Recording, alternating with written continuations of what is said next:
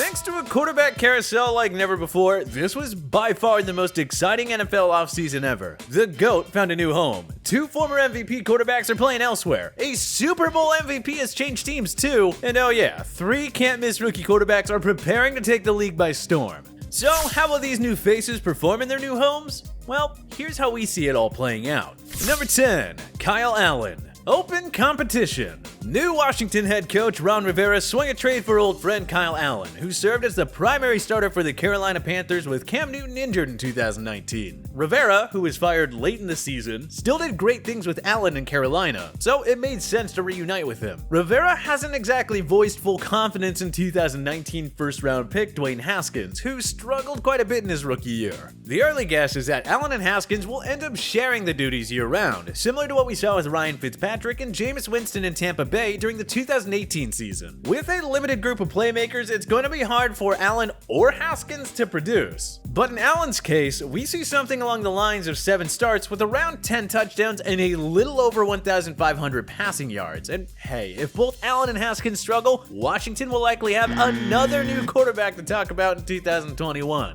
Number 9, Justin Herbert. The Los Angeles Chargers drafted the Oregon product 6th overall. Now, all indications are that Anthony Lynn will move forward with Tyrod Taylor as a starter for the time being. As such, it's impossible to guess if Herbert will see much, if any, action his rookie year. Taylor has put together a respectable career for himself, but how long will he last as the starter in LA?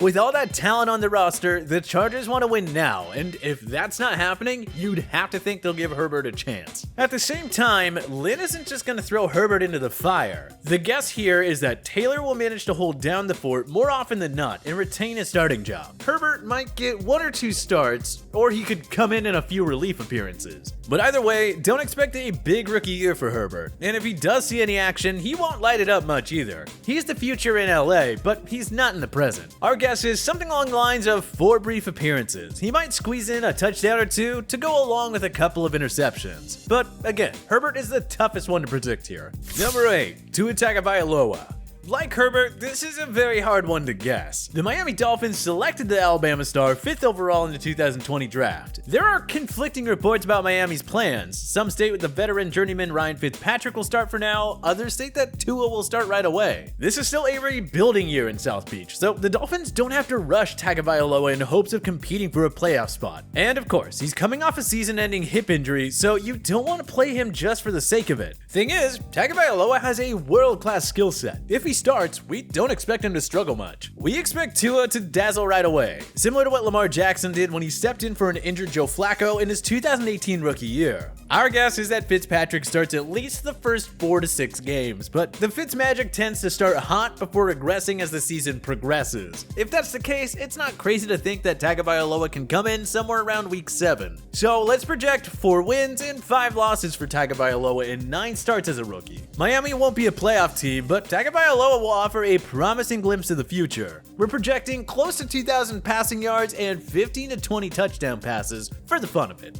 Number 7, Marcus Mariota.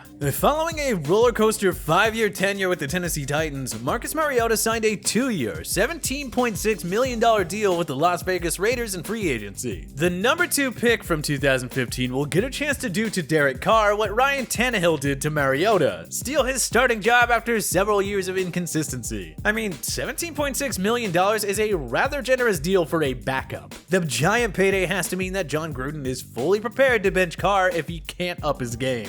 Skill-wise, Mariota is a better quarterback. He could do wonders with a supporting cast that includes rookie wideout Henry Ruggs, stud tight end Darren Waller, and star running back Josh Jacobs. Carr's numbers aren't bad, but the Raiders need wins. They're now in Sin City with a brand new stadium, and they didn't throw tens of millions around in free agency to miss out on the playoffs once again. It's always risky to make a prediction this bold this early, but we see Carr getting benched midway through the season, and we also see Mariota stepping in and producing right off the bat. As Tannehill showed, sometimes you just need the right fit, system, and coach. Mariota might just have that in Vegas, so we're predicting he gets his shot as a starter and maybe even takes Las Vegas to the postseason. For the sake of it, let's project a 5-3 record with around 1,500 passing yards and 15 touchdowns.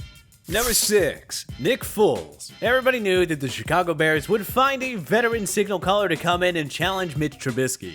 Cam Newton, Jameis Winston, and Andy Dalton would have been logical offseason targets, but Bears GM Ryan Pace opted to trade for Super Bowl 52 MVP Nick Foles, who had lost his starting job in Jacksonville to rookie Gardner Minshew. You've heard all the complaints about the Bears' loyalty to Trubisky, blah blah blah. Well, there's a good reason to believe that Foles will be the primary starter in 2020. If he's not the guy in week 1, he will be by week 4 at the latest. Chicago knows they can't wait on Trubisky forever. Foles hasn't had any real success outside of Philadelphia, but the former Eagles hero has plenty of familiarity with his coaching staff, specifically head coach Matt Nagy, offensive coordinator Bill Lazor, and quarterbacks coach John DeFilippo. The latter was the Eagles quarterbacks coach when Foles led Philly to a Super Bowl 52 championship. Can Foles stay healthy? That's the main question. If so, we can see him playing at a respectable level. We'll guess he leads Chicago to around 7 to 9 wins, keeping them in playoff contention, with just over 3,200 passing yards and close to 18 touchdowns. He won't light it up the way he did in Philly, but Foles will serve as a major upgrade over Trubisky.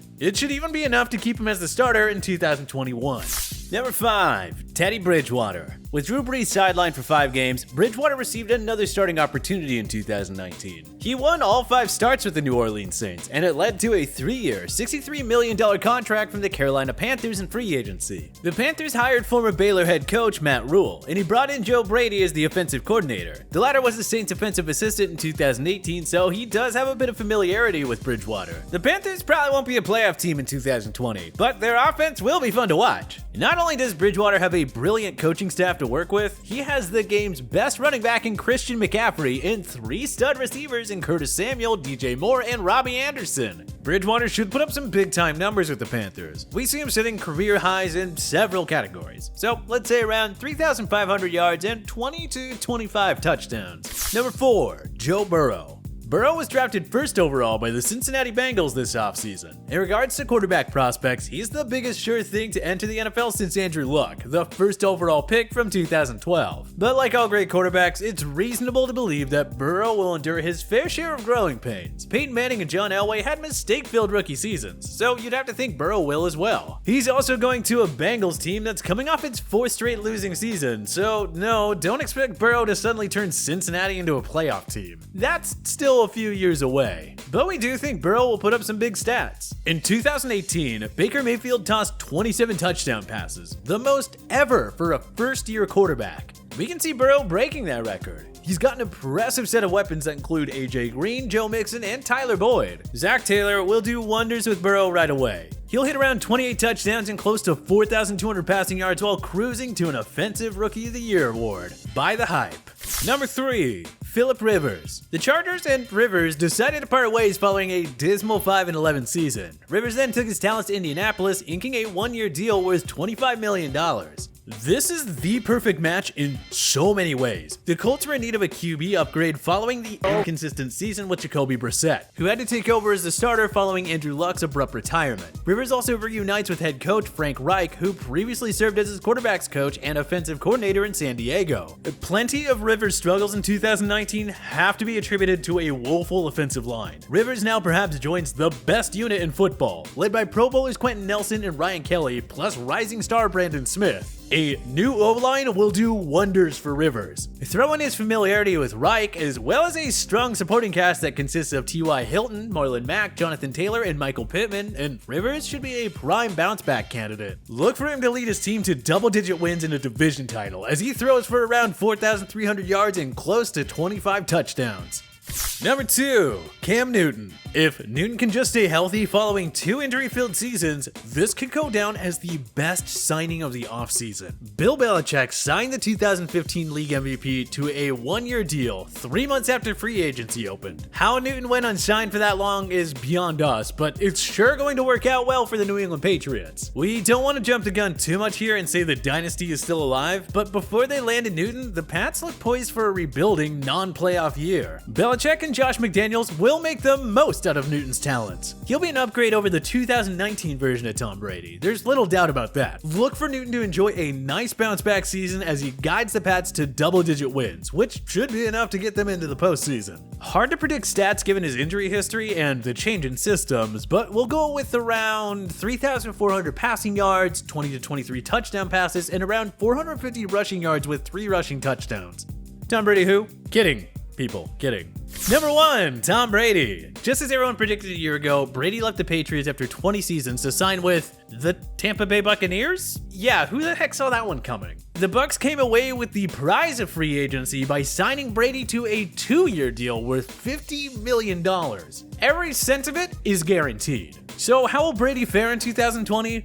Well, on one hand, he's entering his age 43 season. He no longer has the greatest head coach ever, and Brady has been on a statistical decline since 2017. Belichick had no problem moving on from the franchise icon for a reason.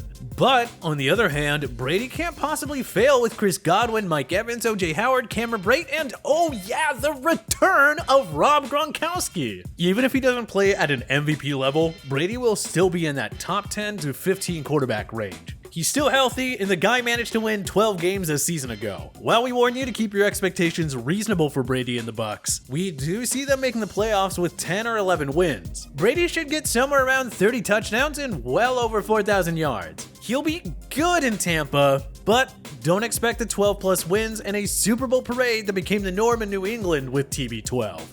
But hey, which of these quarterbacks do you think will have the most success in 2020? Join us in that comment section below. If you like this video and learned a thing or two, clicking the like button helps out a ton, and hey, we appreciate it. If this is your first time coming around to TPS though, subscribing is a great idea because we put out videos like this every single day. But as always, thank you for watching, and we'll see you guys next time.